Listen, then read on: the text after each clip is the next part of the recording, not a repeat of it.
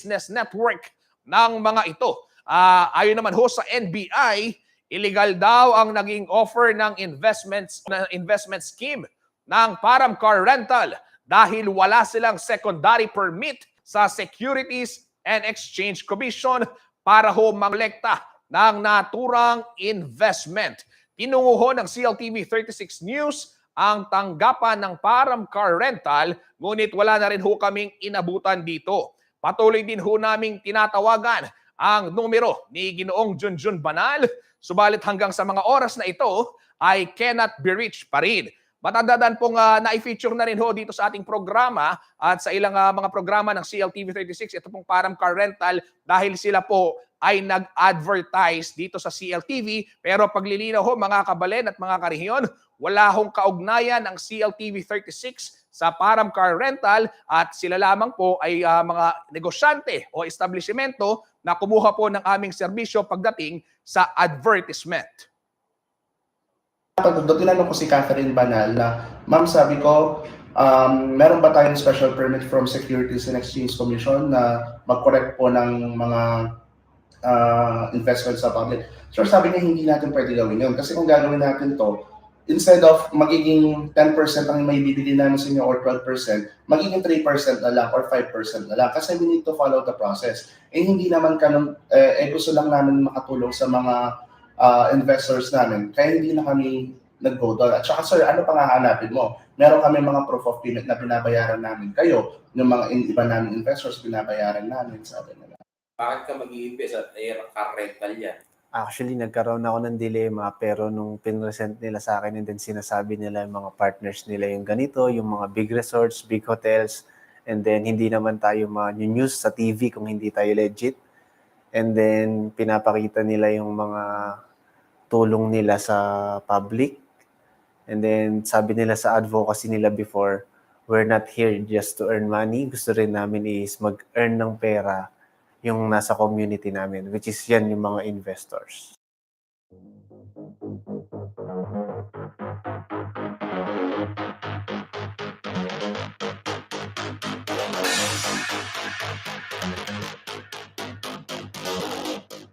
Ayan ho mga kabalen, inyong narinig ang ilang salaysay ng mga nabiktima di umano itong investment scam di umano ng Param Car Rental. Again, nananatili hong bukas ang istasyong CLTV 36 para ho sa magiging panig ni Ginoong Junjun Banal, ang may-ari ng Param Car Rental, dahil gaya nga ho ng nabanggit ko kanina, hanggang sa mga oras na ito ay tinatawagan ho natin sila upang makuha ang kanilang panig.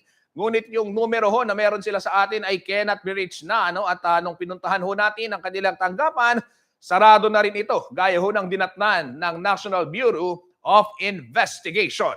Tututukan ho natin ang balitang yan, kaya kayo ay umantabay lamang at tumutok din dito sa CLTV 36 para ho sa development ng isinampang kaso at mga reklamo laban ho sa Param Car Rental. Gayon na rin ho yung kanilang magiging sagot sa mga paratang na ito.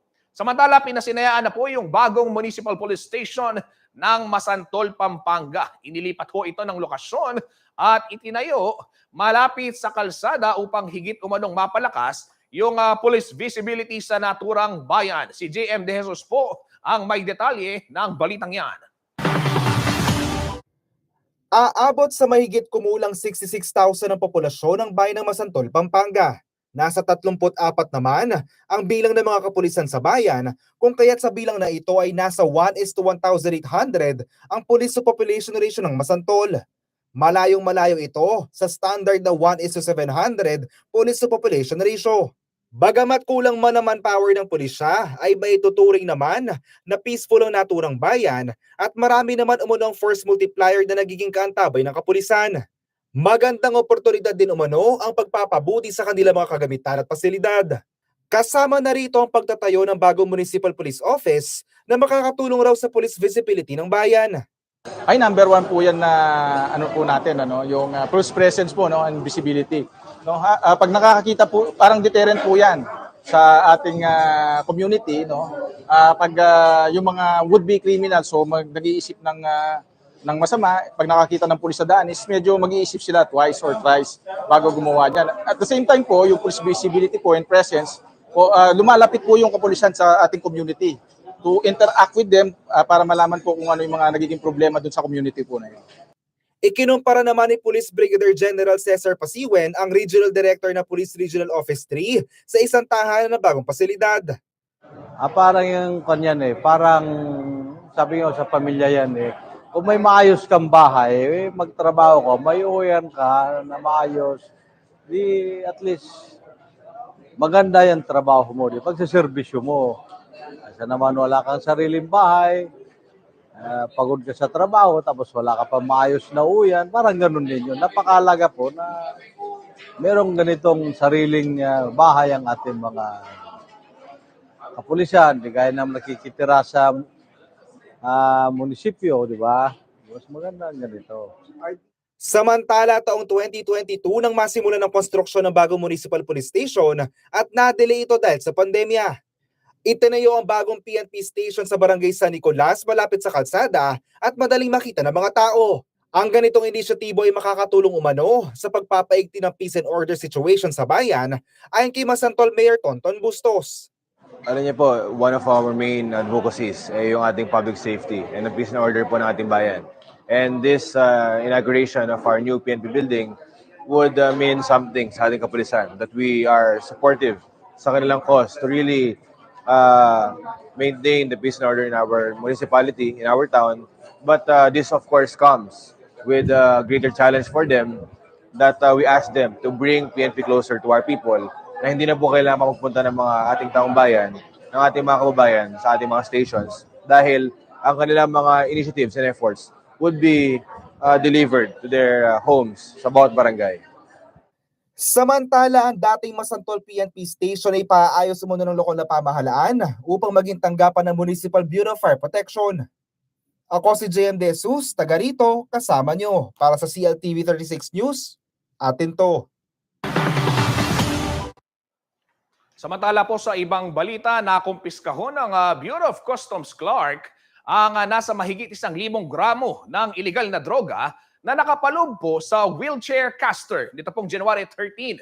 Natagpuan naman sa isinagawang operasyon ng BOC Clark at ng Philippine Drug Enforcement Agency o PDEA ang illegal na droga. Ang mga ito po itinago dun sa wheel caster na nasa kargamento mula ho sa Tanzania, East Africa. Ang droga po na natukoy o yung natukoy ay cocaine, batay sa chemical laboratory analysis na inilabas ho ng PIDEA. Tinatayang nagkakahalaga na 6.2 million pesos ang nasamsam na ipinagbabawal na gamot.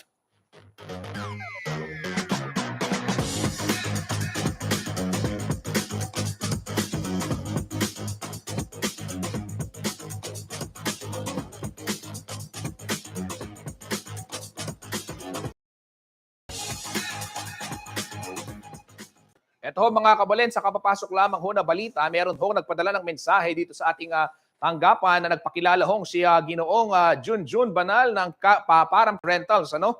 Sabi niya, this is Sir Jun of Param. Regarding ho dun sa post o dun sa balita, gumagawa na din kami ng legal ways para sa mga naninira sa amin. Yan ho ang kanyang sinasabi. At meron daw di umano na naninira sa kanila. Pero Ginoong Banal, kami po ay bukas para ho sa mas maraming pahayag na inyong nais ipaabot sa publiko. Manatili hong nakatutok para sa iba pang mga nangungunang balita ngayong araw.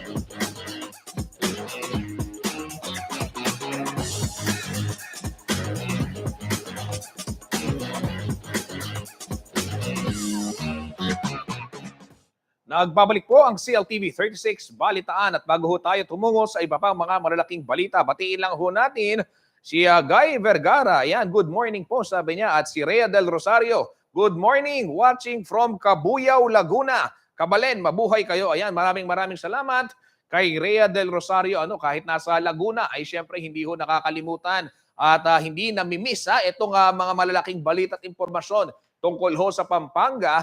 At kanya hong yan tinututukan dito sa CLTV 36 Balitaan. Kabalen Karihiyon, sabihan niyo ho ninyo yung inyong mga kababayan, yung ating mga kaanak na tumutok lamang din dito sa ating mga programa upang sa gayon hindi ho ninyo mamiss, lalong-lalo na yung mga nasa ibang lugar. Yung talagang mga pangyayari na atin, atin to. Sabi nga po namin dito sa istasyong CLTV 36. Samantala, eto ho sa ibang balita, 5 buwan nang nakatenga ang konstruksyon ng gusali ng Bureau of Fire Protection o BFP sa bayan huyan ng Santo Tomas, Pampanga.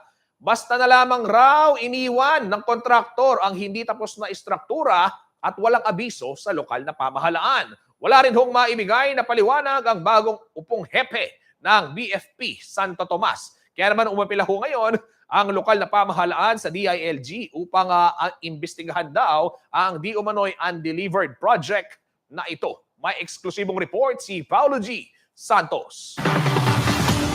Halos 5 taon nang nakikiopisina sa maliit na barangay hall sa San Vicente ang mga kawani ng Bureau of Fire Protection o BFP ng bayan ng Santo Tomas, Pampanga.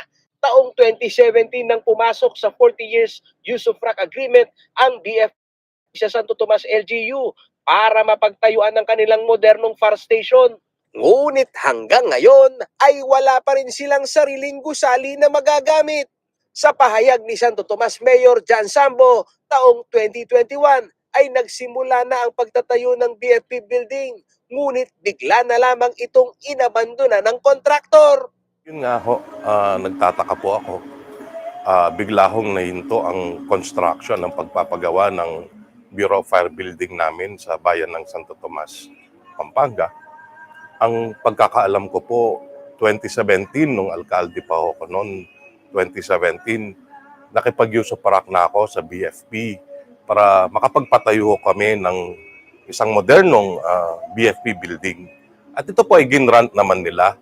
At sa pagkakaalam ko po, nagsimula ang construction 2021. Tapos, last year, September 2022 ho, nabigla na lang ako. Bigla wala nang gumagawa. Inabando na yung proyekto. Sa pagtungo ng CLTV News sa nasabing itinatayong fire station, makikitang nakatayo na ang building at nasa finishing stage na sana. Maliban pa dito, ang mahalagang pasilidad na kailangan ng fire station, ang kuryente at tubig, wala pa ring koneksyon. Ito po yung na-finish nila. Yung sa kanilang pondo, rock ko. Wala talagang finishing. Walang finishing, wala pa. Roughening lahat. Wala ring maibigay na paliwanag si Santo Tomas Municipal Fire Marshal Senior Inspector Raimundo Marimbla kung bakit basta na lamang huminto ang paggawa. Dinatnan na lamang daw niyang inabandona ang konstruksyon. Ang bidding sa nasabing proyekto ay nasa kamay raw kasi ng Philippine International Trading Corporation o PITC, ang procurement arm ng gobyerno at ng Department of Budget and Management Procurement Service. Unang-una, bago lang po ako dito, 4 na buwan pa lang, pero based on record, ang Santo Tomas Fire Station po nagsimulang i-construct noong July 2, 2021. Opo. At ito naman ay nahinto nga po noong September 3, 2022. So bali, naabutan ko na po siyang hindi na ginagawa. Opo. So may mga follow-ups na tayong ginawa, what went wrong, At napag-alaman natin na itong project ng construction ng Santo Tomas, bali ang nagpa-bid out ng project yung PITC o yung Philippine International Trading Corporation. So lumalabas po na siya yung implementing agency. Sa nakalap na impormasyon ng CLTV News, Nasa higit 7 milyong piso ang halaga ng hindi pa natapos na fire station ng BFP Santo Tomas. Hindi lamang ito ang fire station na proyekto ng PITC na nagkaroon ng delay sa ilang bayan sa Central Luzon. Sa papeles na nakuha ng CLTV News sa BFP headquarters, kasama ang Santo Tomas Fire Station na nagkaroon rin ng problema sa mga naibid na gusali sa Bungabon, Nueva Ecija, Candaba, Pampanga, General Tino, Nueva Ecija, Iba, Zambales, Maria Aurora, San Antonio, Zambales, at San Jose del Monte City, Bulacan. Hindi na bago ang issue ng mga undelivered procurement ng Department of Budget and Management Procurement Service o PSDBM at Philippine International Trading Corporation o PITC. Sa administrasyon ng dating Pangulong Rodrigo Duterte, na red flag na rin ang nasabing mga tanggapan sa Commission on Audit.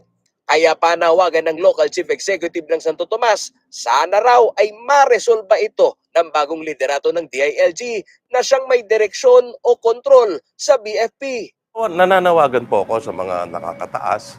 No? Sa pagkakaalam ko, PITC daw po ang may hawak ng proyekto na yan. PITC na isang ahensya rin ng ating gobyerno. Wala naman po akong pwedeng puntahan doon. Pag kinakausap ko po ang BFP namin, sasabihin hindi nila hindi control ng BFP yung sa construction dahil ito ay sa ilalim ng PITC.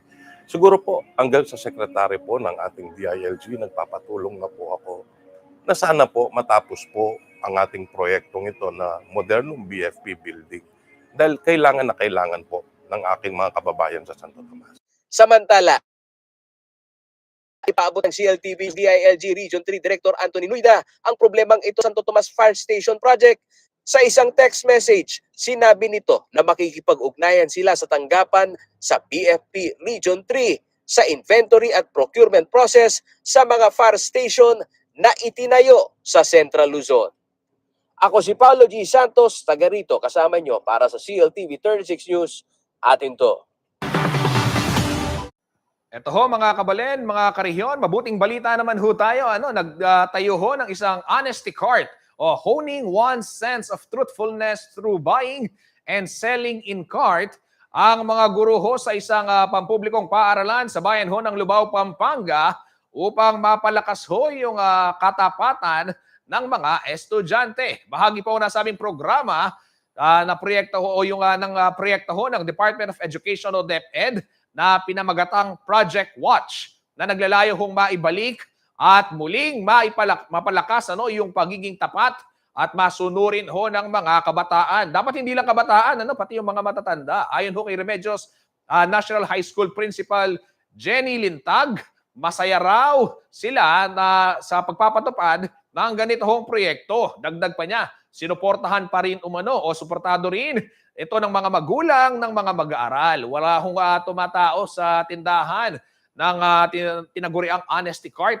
Kukunin lamang ho yung produktong nais nila at saka sila mag-iiwan naman ng bayad. Makikita ho sa cart ang iba't ibang items, kabilang ho yung mga biskwit, mineral water at iba pang pagkaing inirekomenda sa mga estudyante, batay naman ho sa kanilang nutritional values. Mayroon din ho mabibili ditong mga school supplies. Pakinggan ho natin ang pahayag ni Roland Jimenez, isang guro dyan sa Remedios National High School.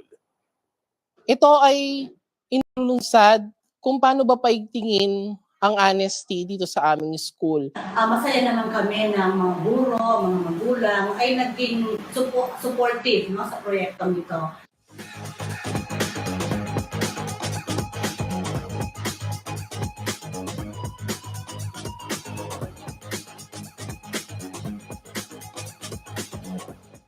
Yan, inyo pong narinig si teacher si Ginoo Roland Jimenez, ang teacher ho dyan sa Remedios National High School, at si Ma'am Jeannie Lintag, ang principal ho o punong guro sa nasabing paaralan. Samantala sa iba hong balita, puntirya ho ng programang Palengke Eskwela ng DepEd Schools Division of San Fernando na matulungan pong makapag-aral ang mga out of school children na kalimitang nasa pamilihan ng syudad. Ang programang ito po ay isang forma ng alternative learning system na nagbibigay ng pagkakataon sa mga nais makapagtapos kahit matagal na ho silang nahinto sa pag-aaral. Nakipagtambalan ho ang DepEd at Schools Division of San Fernando sa Inocencio Magtoto Memorial Foundation Incorporated upang maipagpatuloy ho yung Palengke Eskwela.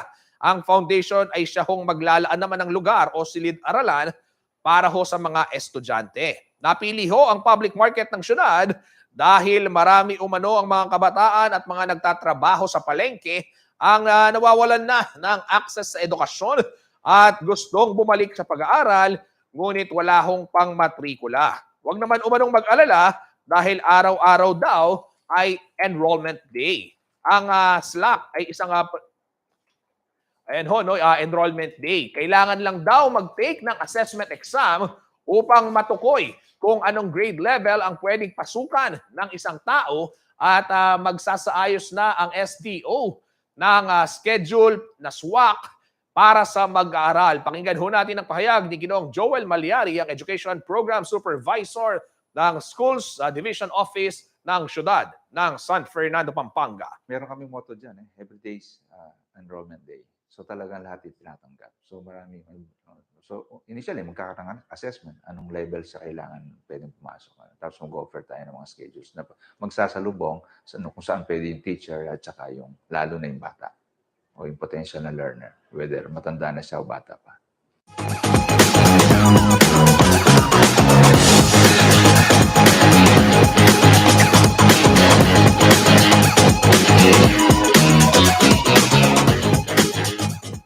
Kapalen, kayo ho ba ay na-traffic patungo ho ng San Fernando, lalong-lalo na ho yung mga nanggaling dyan ho sa bayan ng Apalit, Pampanga at maging sa mga karating na bayan ho sa Bulacan, gaya ho ng Kalumpit, isang truck ho yung nabalahaw dyan sa kahabaan ng MacArthur Highway.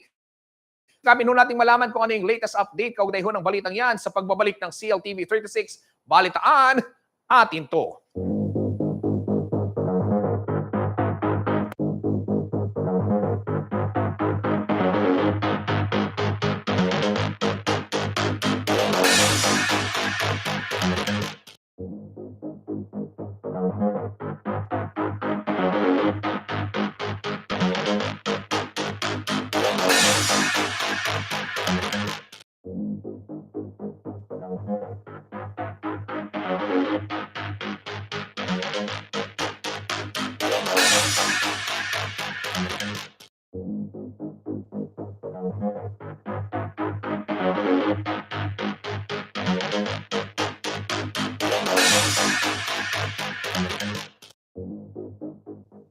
Nagbabalik po ang CLTV 36 Balitaan sa iba pong nangungunang balita.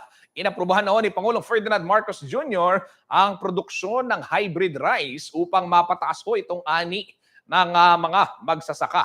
Ang desisyong ito po ay naresulta umano ng pakikipagpulong ng Pangulo sa ilang pribadong kumpanya at maging mga magsasaka dito ho sa Central Luzon. Kanila umanong tinalakay kung paano matutugunan ang ilang problema sa rice industry. Inirekomenda umano ng SL Agritech Corporation o SLAC sa Pangulo ang paggamit ho ng hybrid seeds mula sa karaniwang punla na ginagamit ngayon ng mga magsasaka. Layon umano nitong mapataas ang produksyon ng palay at madagdagan ang kita ng mga magsasaka. Bagay ho na kasalukuyan na umanong ginagawa naman sa gitnang Luzon. Iminungkahi rin ho ng SLAC na i-convert ang 1.90 million hektarya ng target area sa bansa para pagtaniman ho ng hybrid na butil ng palay sa loob po ng 4 na taon. Ang SLAC po ay isang pribadong kumpanya na nakikibahagi sa research, development, production, and distribution ng hybrid rice seeds and premium quality rice. Positibo umanong naging tugon ni Marcos Jr. at magpapatupad niya ito ng programa na magtataguyod ho sa pagtatanim ng hybrid seeds sa pamamagitan ho ng subsidiya at pautang sa mga magsasaka. Nais rin niyang pamarisan daw ang ginagawa ng mga magsasaka sa gitnang Luzon at gawin din ito sa iba pang bahagi ng bansa. Samantala, batay ho sa pag-aaral ng Department of Agriculture o DA, at ng mga lokal na pamahalaan, nakapagtala na raw ng 41% na mas mataas na ani ang mga magsasaka gamit ho yung hybrid seeds sa nakalipas na 2 taon kumpara ho sa dating punla ng palay na kanila namang ginagamit. Bukod pa rito, nasa 7 hanggang 15 metriko tonelada kada hektarya ng palayan ang ani ng mga magsasakang gumagamit daw ng hybrid seeds kumpara sa average na 3.6 metriko tonelada kada hektarya gamit ho yung inbred seeds. Ayon ho sa SLAC, kung may patutupad ang hybrid technology sa buong bansa, mas malaki ang kikitain ng mga magsasaka at makakamit ang rice sufficiency.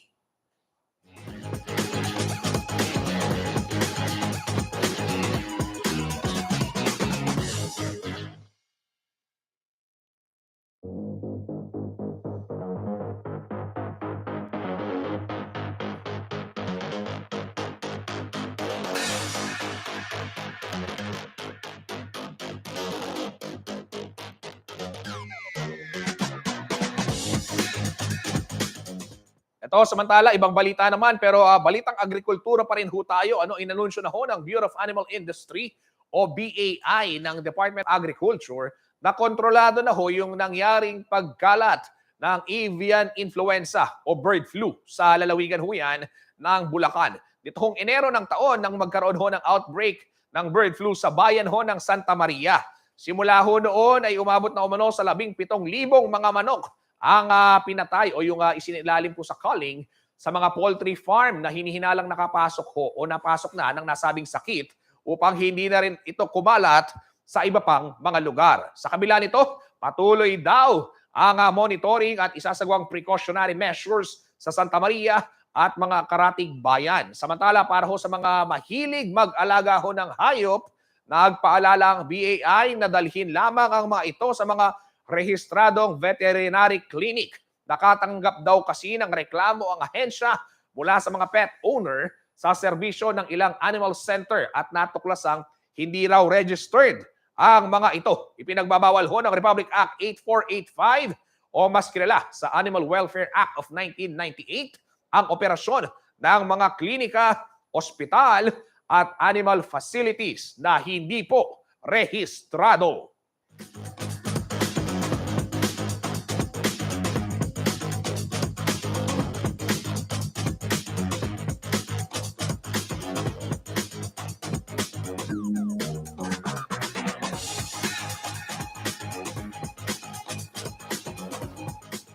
Ito ho mga kabalel, alam nyo ba na isang Kapampangan ho yung nakatira ngayon sa San Francisco, California, ang aktibo ho sa Estados Unidos pagdating naman sa development ng Filipino community at ng kultura ng mga Pinoy doon. Siya ho ay si MC Canlas, tubong San Fernando.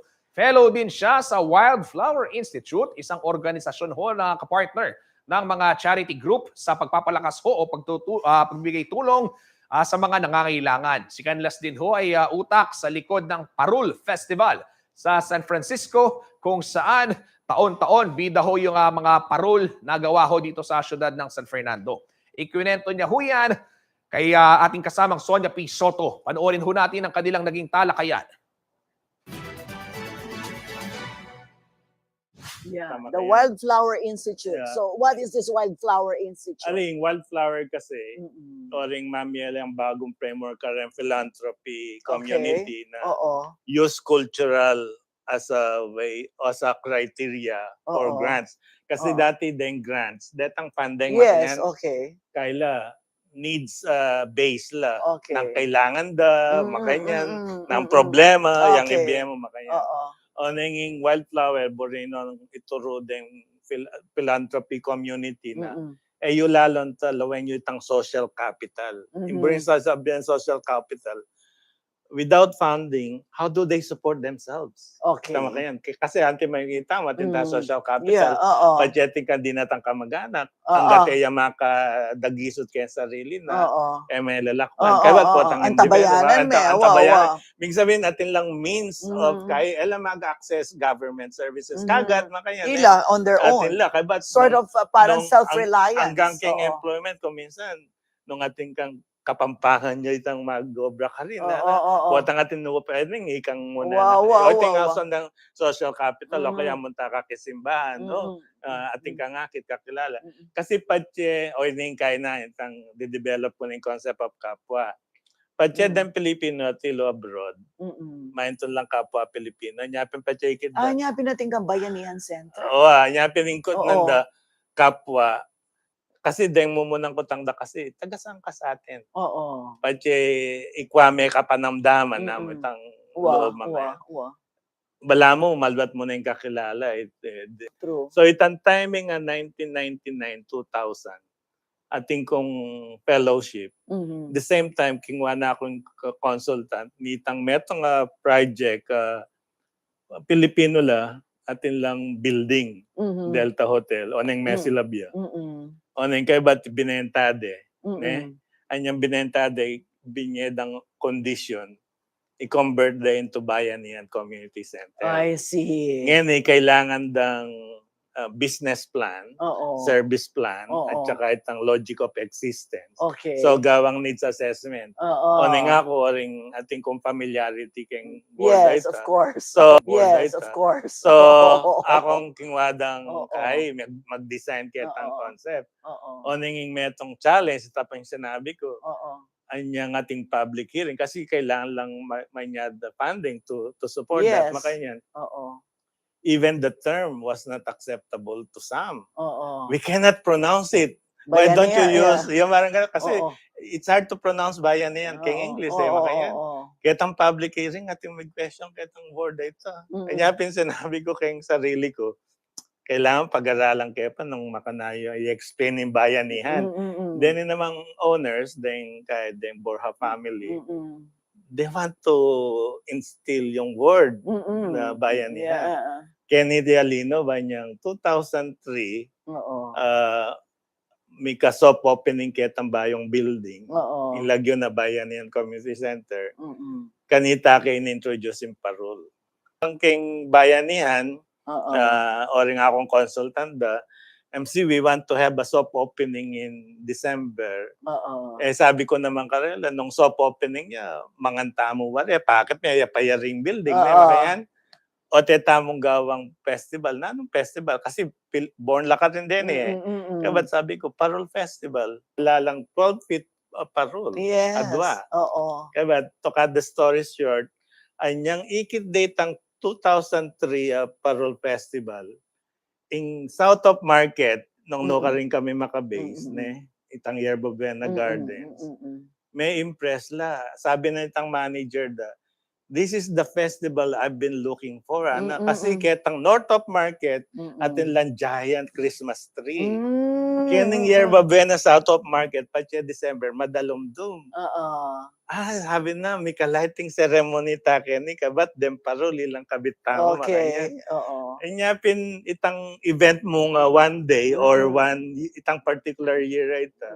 Ing sumunod na banwa, ing Arts Commission, nabalitan we want to support you parol making workshop because it's a community crafts art activity. Kaya dininanda kayong funding. Kanita na kayo mag-import bamboo na pre-cut, cellophane, kabat, oring atin na kayong funding, big libreng parol workshop, etc. So, maging annual event yan.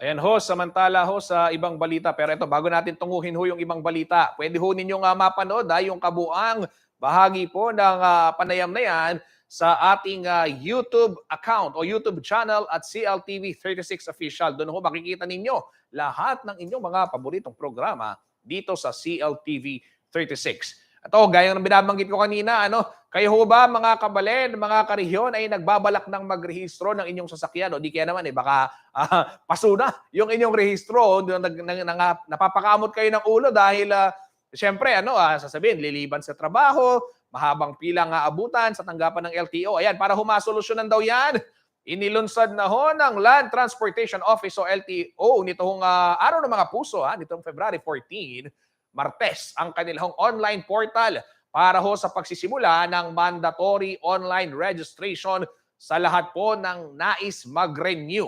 Ayon ho kay LTO Chief Jose Arturo Togade, mas mapapadali umano ang proseso dahil hindi na kailangang pumila sa mga district offices ng ahensya ang mga nais magpa-renew basta mayroon lamang silang internet connection.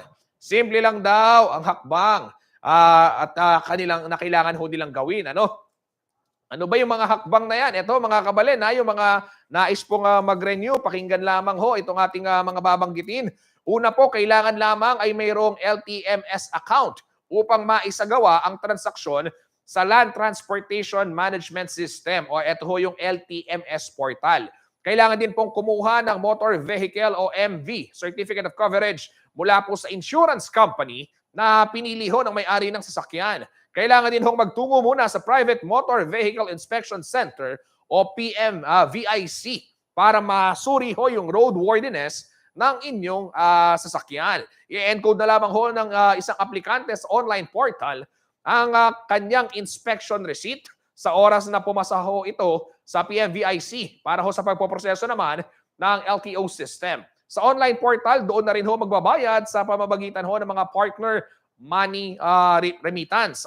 Matapos pong makapagbayad online, agad na namang ipapadala ng LTO ang official receipt ng aplikante at doon ay automatic nang marerehistro ang kanyang sasakyan. Ginawa ho ng LTO ang Online Motor Vehicle o MV Registration Renewal upang hindi na raw magtungo nga sa mga tanggapan ng kanilang iba't ibang sangay at maiwasan ho yung pamemeki rin ng mga dokumento at saka pagkarami-rami ho kasi ng mga fixer sa paligid ho ng mga tanggapan ng LTO. Samantala, kabilang ho sa mga pwedeng makipagtransaksyon o magkaroon ng transaksyon ng renewal ng rehistro ay yung mayroon na pong record ng MV Registration Renewal gamit ho yung LTMS o itong LTO Management o Land Transportation Management System.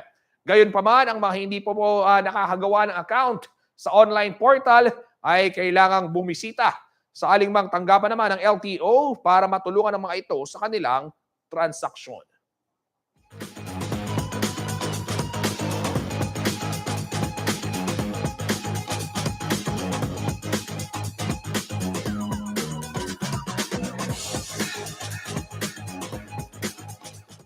Kabalen, kami ho'y magpapaalam na sa telebisyon pero patuloy po ang ating magiging balitaan dito sa ating Facebook page at maging sa ating YouTube channel. Kaya tumutok lamang ho kayo dahil magbabalik ang CLTV 36 Balitaan atin to.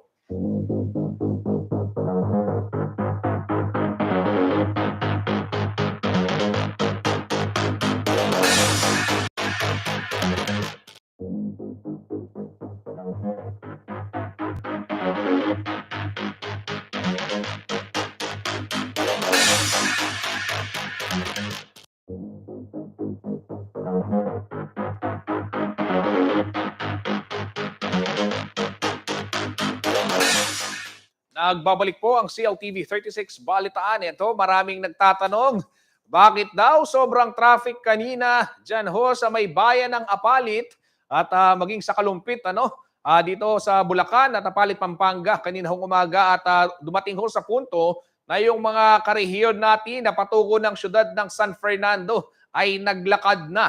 Ano raw ba yung naging sanhi ng mabigat na daloy ng trapiko? Ito mga kabalin, ipapakita ho namin sa inyo.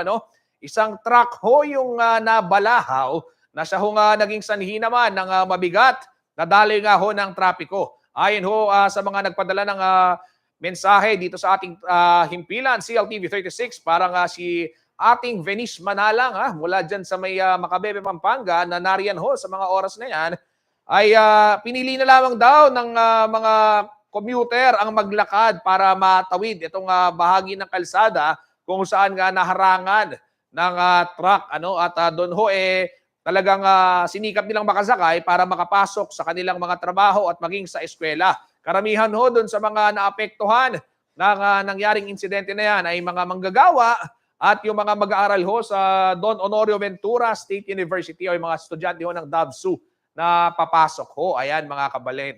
Nakikita ho ninyo, ayan, naglakad ho sila.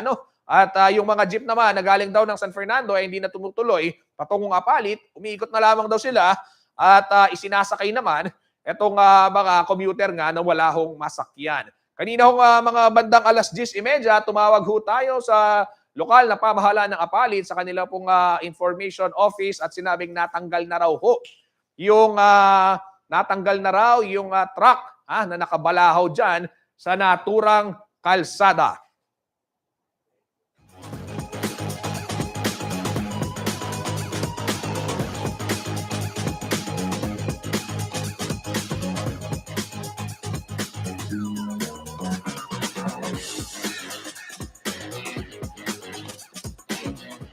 Ito ho, sa ibang balita, nakatakda na hong mamuhunan ng 4.2 billion pesos ang isang Japanese firm sa Subic Bay Freeport.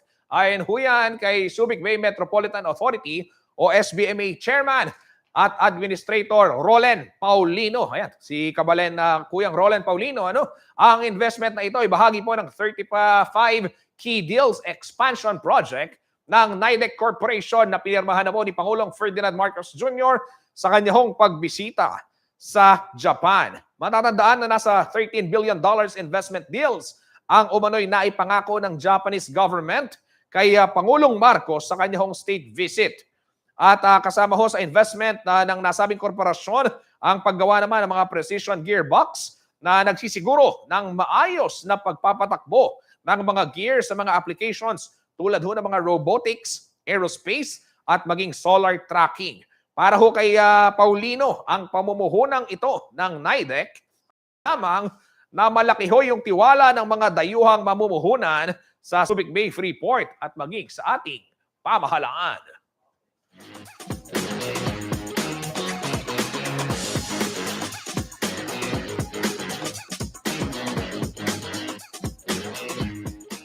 Ito ho, sa ibang balita naman, kasama ho dun sa mga bibida at magpapasiklab ngayon sa isang Runway for a Cause event sa Pampanga ang mga miyembro ho ng LGBTQIA+ community.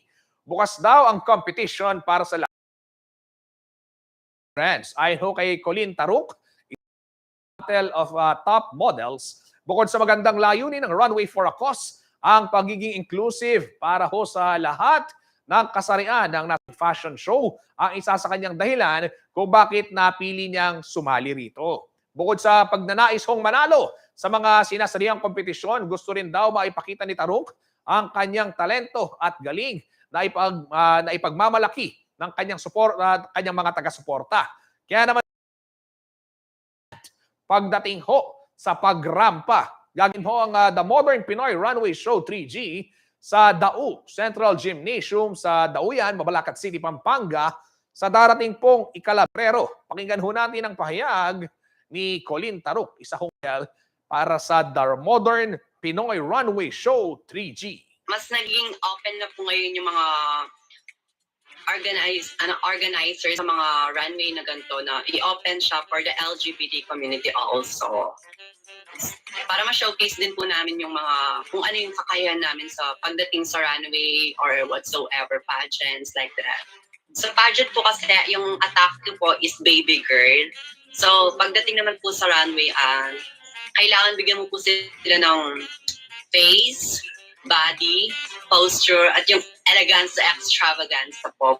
And I am all inviting you to please watch and support us on our coronation night on February 18.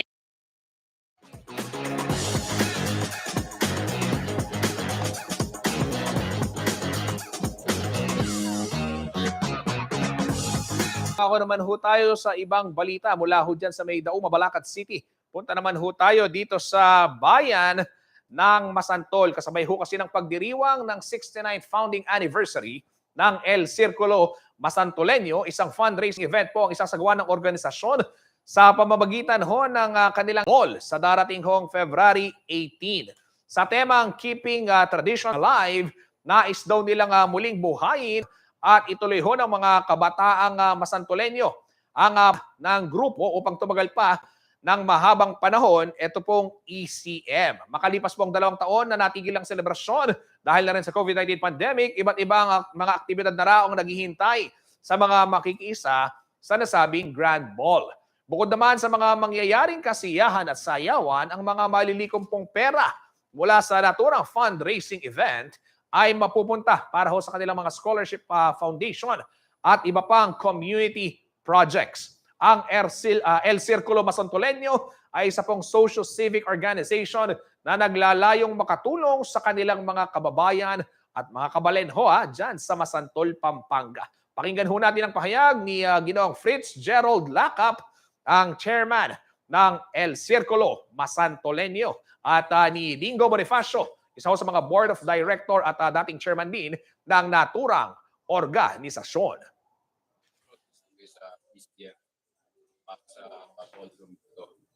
Ilalagay po natin yun sa mga projects natin like the scholarship program at saka yung mga local projects at volunteership.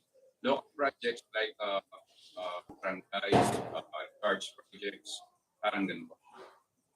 Everybody's invited. Free admission. Itong anniversary ball na ito ng Santoleño. So isang tradition that every nagkakaroon ng anniversary ball para magkasama-sama ang mga taga Masantol and even na hindi taga Masantol na i-invite para mag-attend itong ball na ito. So maraming mga kababayan na nakatira sa US, sa Canada, all over the world ng mga taga Masantol At pinaghahandaan nila ito na every February of the year, umuwi sila para makapag-attend lang dito. So it's just like a reunion din na magkakasama yung mga kaibigan, kamag-anak, at mga kababayan natin dito. So it's a free admission. Pwede pumasok kahit sino. Of course, first come, first serve. At strictly formal itong event na ito.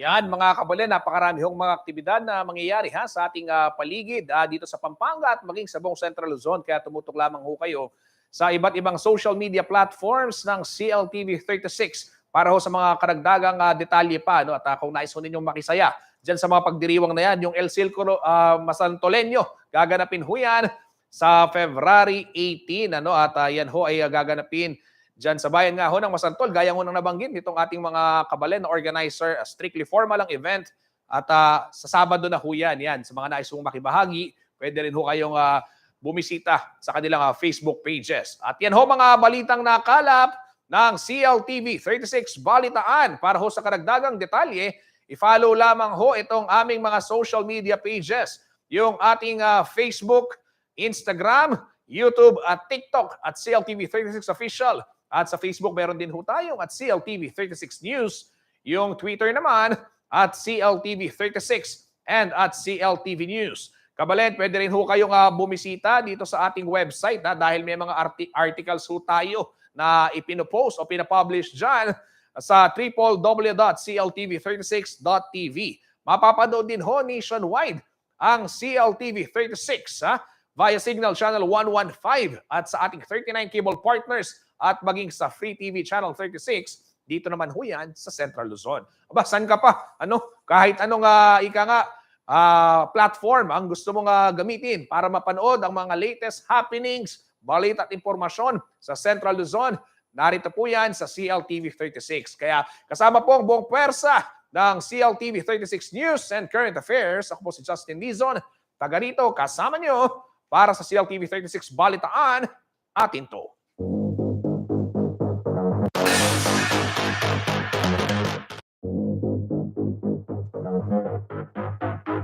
Thank you.